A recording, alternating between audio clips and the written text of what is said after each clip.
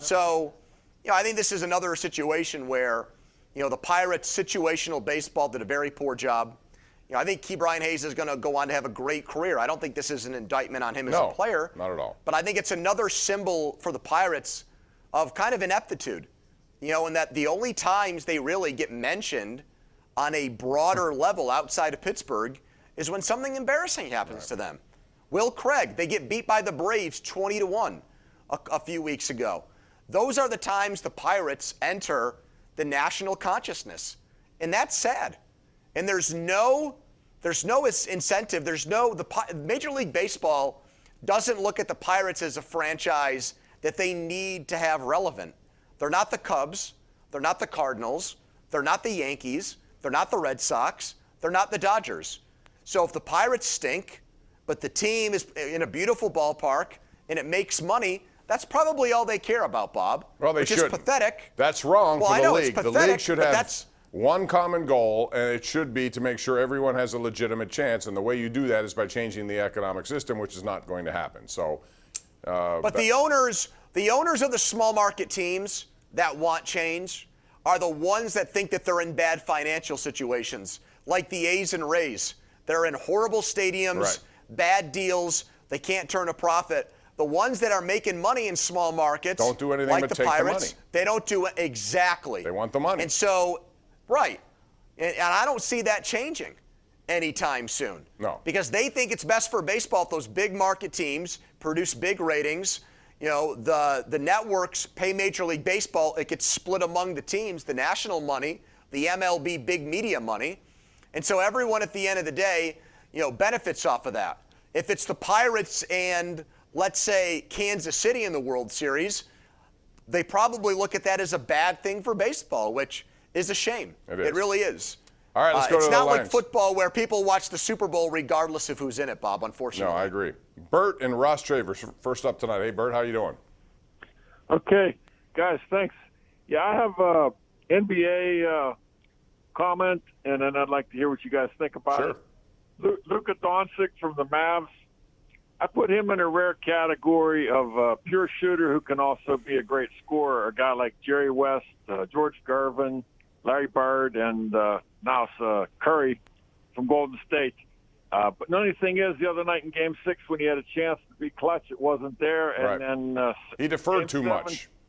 I thought he was driving in, and instead of going to the hole, which he does well, he was looking for outside shooting help, and he got none of it because none of those guys made shots. He is a generational talent. He's a guy who's going to get a Supermax contract. He's worth all of that. But Dallas needs more than just him, Andrew. But he's a wonderful player to watch. Yeah, he is.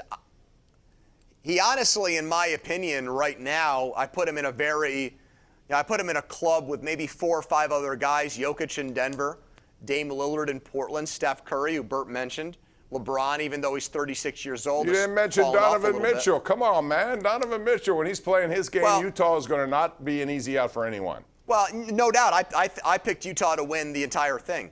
They were the best team during the regular season. They do. Well, that's because if they were in a bigger market, everybody would love them. They also don't have a face of the franchise player. Mitchell's a closer. He's a scorer. But he's not a Dame Lillard or a Steph Curry or a Luka Doncic.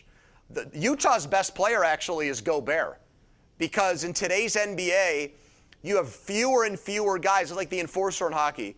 You have fewer and fewer, or Tom Wilson types. You have fewer and fewer guys that protect the rim. And he's excellent at that. That's such an advantage in what is more and more becoming an offensive sport. When you have guys that change shots, that's why I would pick Utah to beat the Nets. Because I don't think that Harden and Irving would get easy baskets at the rim with him, Bob. I think he just won Defensive Player of the Year. Yes, he did. Tonight, as a matter of fact. So, yeah, they got a team that can hit you on team. 3 points all over the place. They play good defense. They're a very unselfish team, and they're good. And I expect them to beat the Clippers. I also expect the Phoenix Suns to go and win it all. That's my pick to win it all. Anyway, let's go back to the lines. We got Tony in the Hill District. Tony, how are you? Hey, Tony. Hi, Bob. Hi, Pony.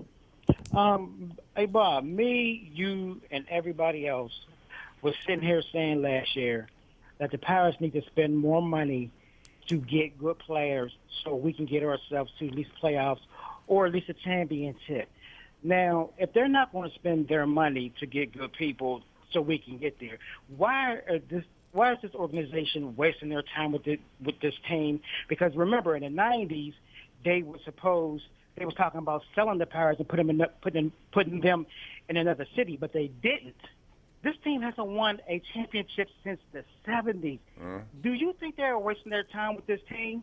I mean, they're making money. And if you're Bob Nutting and the people who own the team, his family, they're making money. So, again, without a system in place that forces you to spend money, you could do whatever you choose. And so that's fine with them. Listen, they got to develop players. They got to draft players. That's how this new regime is going to be defined. I look at the Dodgers here, Andrew, and I see a team that does it all. They draft. They bring in guys. Max Muncy was the guy brought in. He wasn't looked at as somebody who's going to be a regular player. Justin Turner, same thing. Look at their shortstop, Chris Taylor. These are all guys they found and developed. And then they also bring in guys, develop them in their system, you know, Cody Bellinger, for example, and others. And then they have the money on top of that to do whatever they want. They check mark all the boxes, which is why they've won the division 8 years in a row. Yeah, and that's why the notion that they've just won or bought a World Series last year is wrong, in my opinion, because they found players on the scrap heap. They drafted and developed guys. You know, they're, to me, right now, probably the gold standard in Major League Baseball, where they're either in the World Series or knocking on the door every year. As a fan, you know, you love that because they're not just taking in profits. They're not like the Cubs, who, you know, complained that they didn't make any money last year. And look, they're in first place right now in a very weak division. The NL Central does not have a great team. You know, but they really made no effort to make their team better this offseason. The Dodgers brought in Trevor Bauer. I applaud that. You know, part of me says it stinks that we're in a small market, but the other side of me wants to see those teams that try to win get rewarded. You know what I mean? Sure. I don't want to see Tampa Bay. Yeah, I don't want to see Tampa Bay spend $50 million and win a World Series. You know why? Because then the other teams that are cheap say, well, if they can do it, we can do it. And it creates the false impression or the false hope that those kind of things happen all the time. Kansas City did it, and then they tore it down. That's what normally happens when you do it when you're a small market. All right, anyway, we got our Tri-State Office Furniture Tweet of the Day. It's coming at you right now from Rob Rossi of The Athletic, who does a great job covering the Penguins with Josh Yohe. He says this: Penguins have not asked Evgeny Malkin to waive his no-trade clause. Malkin is not interested in waiving it. There isn't one team or a secret list regarding Malkin and that clause. His focus is on getting healthy, winning another championship with the Penguins.